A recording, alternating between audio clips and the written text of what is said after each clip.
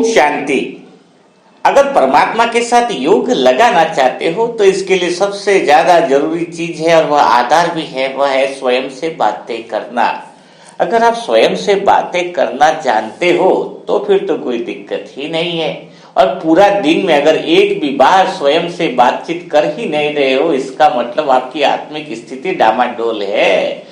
क्योंकि जब तक स्वयं से बातचीत नहीं करेंगे तो देहभान की स्थिति ही बनी रहती है। इसलिए तो जानकी दादी भी कहती थी कि मैं 90% अंदर रहती हूँ, 10% ही खाली बाहर रहती हूँ। अर्थात अंतर्मुखी होने के लिए आत्मिक स्थिति होना जरूरी है। अच्छा पद पाने के लिए भी स्वचिंतन जरूरी है और सारी चीजों का जो आधार है वो स्वयं से बात करना है।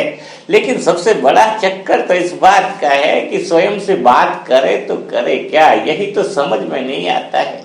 अगर आप लोग अभी इस वीडियो को सुन रहे हो और आपके साथ भी यही समस्या है कि स्वयं से बात करे तो करे क्या, तो आज इसका समाधान मिल जाएगा। लेकिन वीडियो बहुत ध्यान से सुनना ताकि आपकी आत्मिक स्थिति बहुत अच्छी बन जाए। बहुत इजी है स्वयं से बातचीत करना।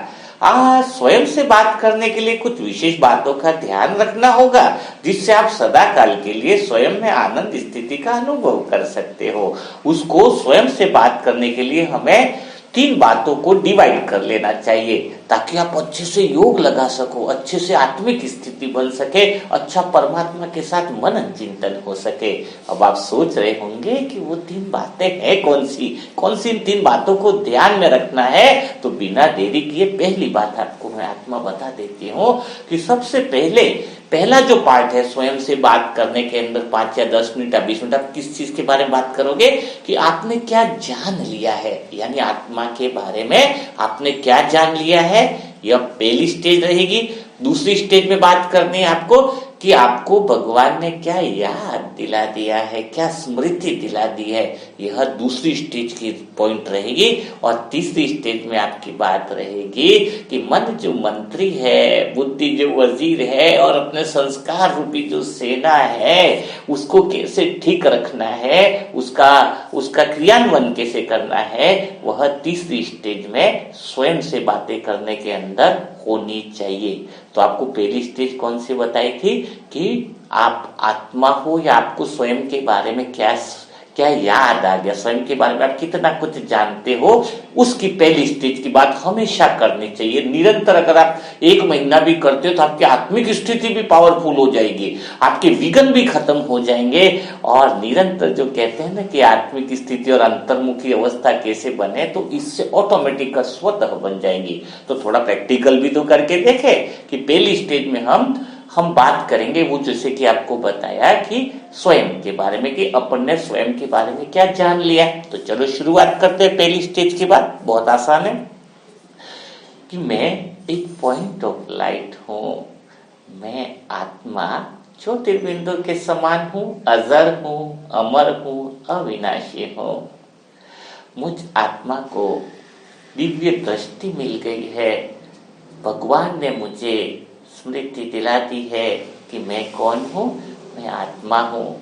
आज मैं स्वयं को देख पा रही हूँ, स्वयं को महसूस कर पा रही हूँ कि मैं आत्मा प्रेम, पवित्रता, ज्ञान, सुख, शांति, शक्ति और आनंद से भरपूर हूँ। स्वयं ऊंचे से ऊंचे भगवान ने मुझे स्मृति दिला दी है कि मैं आत्मा इन सारे गुण और शक्तियों से भरपूर हूँ। मैं आत्मा अजर, अमर और अविनाशी होने के कारण मुझ आत्मा में 84 जन्मों का पहाड़ ढूंढा हुआ है। स्वयं भगवान ने मुझे स्मृति दिला दी है कि जब मैं इस धरा पर आई थी तो मैं मन, बुद्धि और संस्कार की मालिक थी। लेकिन धीरे धीरे मैं आत्मा स्वयं को भूल गई क्योंकि मन मेरा कमजोर होता गया माया के प्रभाव के कारण। बुद्धि भी मायावी संस्कारों के कारण तमो प्रधान हो गई। अब मुझ आत्मा को वापिस परमात्मा ने स्मृति दिला दी है कि मैं आत्मा मन की मालिक हूँ, बुद्धि की मालिक हूँ और संस्कारों की भी मालिक हूँ। अब मुझे अपने मन को समझाना होगा कि हे मन, जब तू मेरे साथ था, जब तू मेरे अनुसार चलता था तो तू बहुत शांत था, तू बहुत आनंद से रहता था। लेकिन जैसे ही तूने माया की मत पर चलना चालू किया तो मानो तुझ पर राहु की दशा बैठ गई। धीरे धीरे तू कमजोर होता गया, जिससे शरीर रूपी कर्मेंद्रियां भी तुझ पर राज करने लग गई। अब तुझे सिर्फ मेरी मत पर चलना है। परमात्मा ने जो श्रीमत दी है उसी पर ही चलना है। अगर तू श्रीमत पर नहीं चला तो तू भी दुखी रहेगा और तेरे संपर्क में आने वाली अन्य आत्माओं को भी तू दुखी ही करेगा। अगर तेरे अंदर मायावी मत रही तो खुद का तो अमंगल करेगा ही, लेकिन दूसरों का भी अमंगल करेगा। अगर ऊंचे से ऊंचे भगवान पर या भगवान की बातों पर शक किया तो शनि की दशा तो बैठनी तय है। इसलिए हे मन, अब तुझे सिर्फ परमात्मा की श्रीमत पर ही चलना है। भगवान की बातें मानो ऐसी अंदर बैठा देनी है कि हर विचार, हर संकल्प उसी की मत के अनुसार चले। उसी में ही सदा काल का सुख है, सदा काल का आनंद है। हे मन, तुझे अपने अंदर इतनी शुभ भावनाएं भर लेनी है जिससे सारे विश्व के अंदर भी सुख और शांति आ जाए। इस समय स्वयं ऊंचे से ऊंचा भगवान तुम्हारी मदद करने के लिए आया है, तुम्हें सारे बंधनों से मुक्त करने के लिए आया है, तुम्हारे अंदर की पीड़ा और अंदर की बेचैनी को समाप्त करने के लिए आया है। इसलिए हे मन, न केवल मैं आत्मा तेरी मालिक हूं, बल्कि तू मेरा दोस्त भी है। मैं तुझे सदा खुश देखना चाहता हूं, विघ्नों से मुक्त देखना चाहता हूं। हे मेरी बुद्धि, तू माया के प्रभाव में आकर इतने उल्टे सुलटे निर्णय ले लिए हैं जिससे जीवन के अंदर दुख और अशांतियां बढ़ गई है। प्रकृति में भी तमो प्रधानता बढ़ गई है। हे बुद्धि रूपी वजीर, अब तुम्हें परमात्मा की मत से ही निर्णय लेने हैं जिससे तुम दिव्य बन जाओगे। भगवान की दिव्य दृष्टि अब तुम पर पड़ी है। हे मेरे वजीर, अब तुम्हें श्रेष्ठ मत पर चलकर ही निर्णय लेना है। अब तुम्हारे अंदर कोई भी विकल्प होना नहीं चाहिए। तुम्हें परमात्मा की बातों का ही मनन चिंतन करना है, व्यर्थ बातों के चिंतन से परे रहना है। जब तुम सत्युग में सदा सतो प्रधान थी तो कितनी सुख और शांति थी। कितना आनंद समाया हुआ था। तुम्हारी वजह से ही मेरी संस्कार रूपी सेना भी बहुत अच्छी थी। संस्कार रूपी सेना के अंदर सब ऐसे सैनिक भरे हुए थे, पवित्रता के सैनिक, सुख के सैनिक, आनंद के सैनिक, शांति के सैनिक, सत्यता के सैनिक, कि पूरे विश्व पर विजय प्राप्त थी। सारी कर्मेंद्रियों पर भी विजय प्राप्त थी। सारे विश्व में सुख और शांति का राज्य था। ये संस्कार रूपी सेना, अब लगता है कुछ सैनिक इसमें ऐसे आ गए हैं, विकारों के सैनिक मुझे दिख रहे हैं, आलसपन के सैनिक दिख रहे हैं, क्रोध के सैनिक दिख रहे हैं। ये बुद्धि, तुम्हें इन सैनिकों को छटनी करके निकालना होगा। सिर्फ मेरी सेना में शांति वाले, संस्कार वाले ही सैनिक चाहिए, जो स्वयं भी शांत रहें और सारे विश्व में शांति का योगदान दे सकें। विकारी सैनिकों की कोई आवश्यकता नहीं है। इन विकारी संस्कार रूपी सैनिकों से ही बहुत स्वयं का कल्याण हो गया है। लेकिन अब उच्च भगवान ने जब स्मृति दिला दी है कि मेरे संस्कार रूपी सेना में ओरिजिनल सैनिक कौन से थे, मेरी बुद्धि कितनी दिव्य थी, मेरे मन रूपी मंत्री की लगाम मेरे हाथ में थी। न केवल मन की मैं आत्मा मालिक थी, बल्कि दोस्त बनकर सदा सुख और शांति के संकल्प चलते थे। मेरी बुद्धि रूपी वजीर भी सिर्फ मेरी ही मत पर चलता था, मेरे ही निर्णय पर चलता था।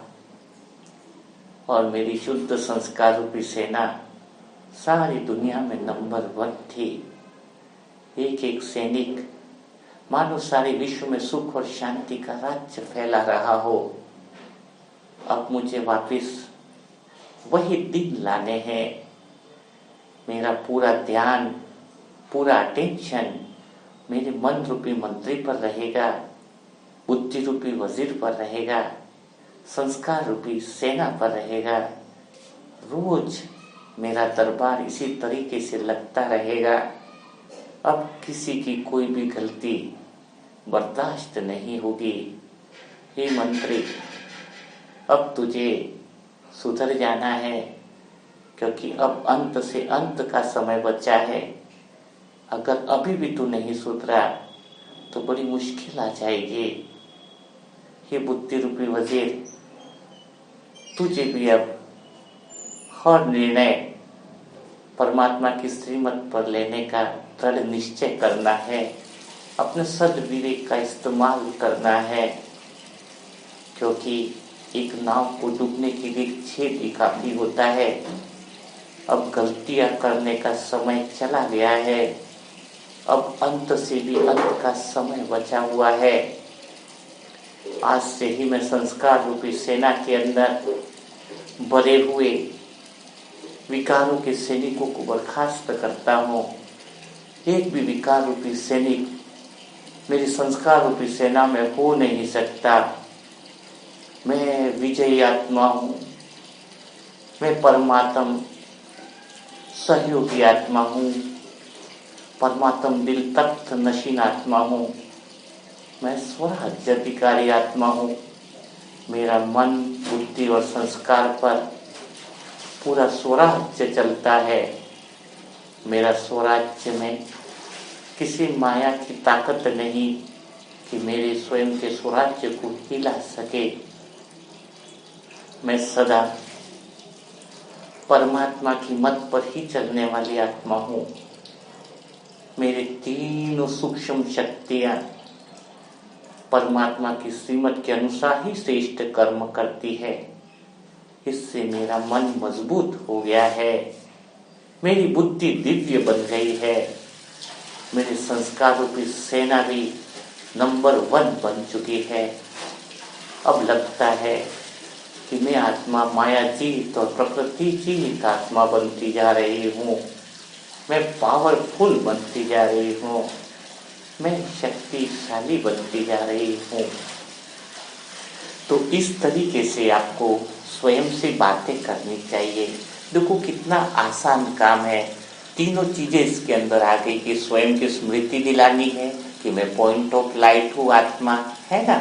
और फिर बाबा ने हमें क्या क्या याद दिलाया है उसके बारे में भी देखो अपन ने बात करी कि बाबा ने याद दिलाया कि तुम मन बुद्धि संस्कार के मालिक थे, है ना। और अपना उद्देश्य स्वयं से बात करने के अंदर क्या होना चाहिए कि अपने मन रूपी मंत्री को अच्छे से समझा लें और उसकी लगाम अपने हाथ में रहे। तो मन के साथ मालिक का भी तो व्यवहार करना है, लेकिन दोस्त बन करके भी साथ भी निभाना है।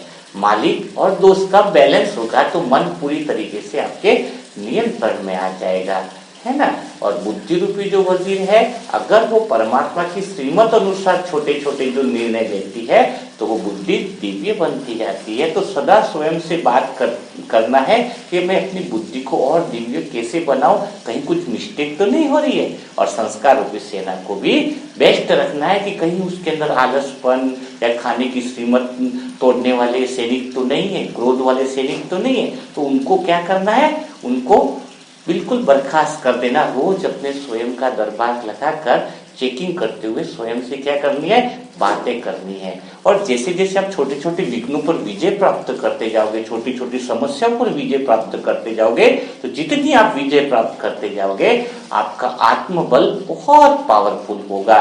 क्योंकि दुनिया की कोई ऐसी आत्मा है ही नहीं जिसके पास परेशानियां ना आए, जिसके पास विघ्न ना आए।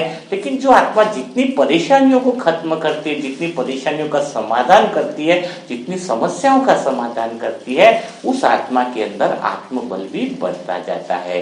तो आज ये पहला पार्ट मैंने आपके सामने बताया है अनुभव के साथ। कल फिर हम इसी स्वयं से बात कैसे करें उसके सेकंड पार्ट के बारे में भी चर्चा करेंगे, ताकि हम स्वयं से इतना अच्छे से बात कर सके, स्वचिंतन कर सके और अपने योग को बढ़ा सके। तो कल फिर मुलाकात होगी नए सेशन के साथ, नए अनुभव के साथ। तब तक के लिए सभी भाई बहनों को ओम शांति, ओम शांति।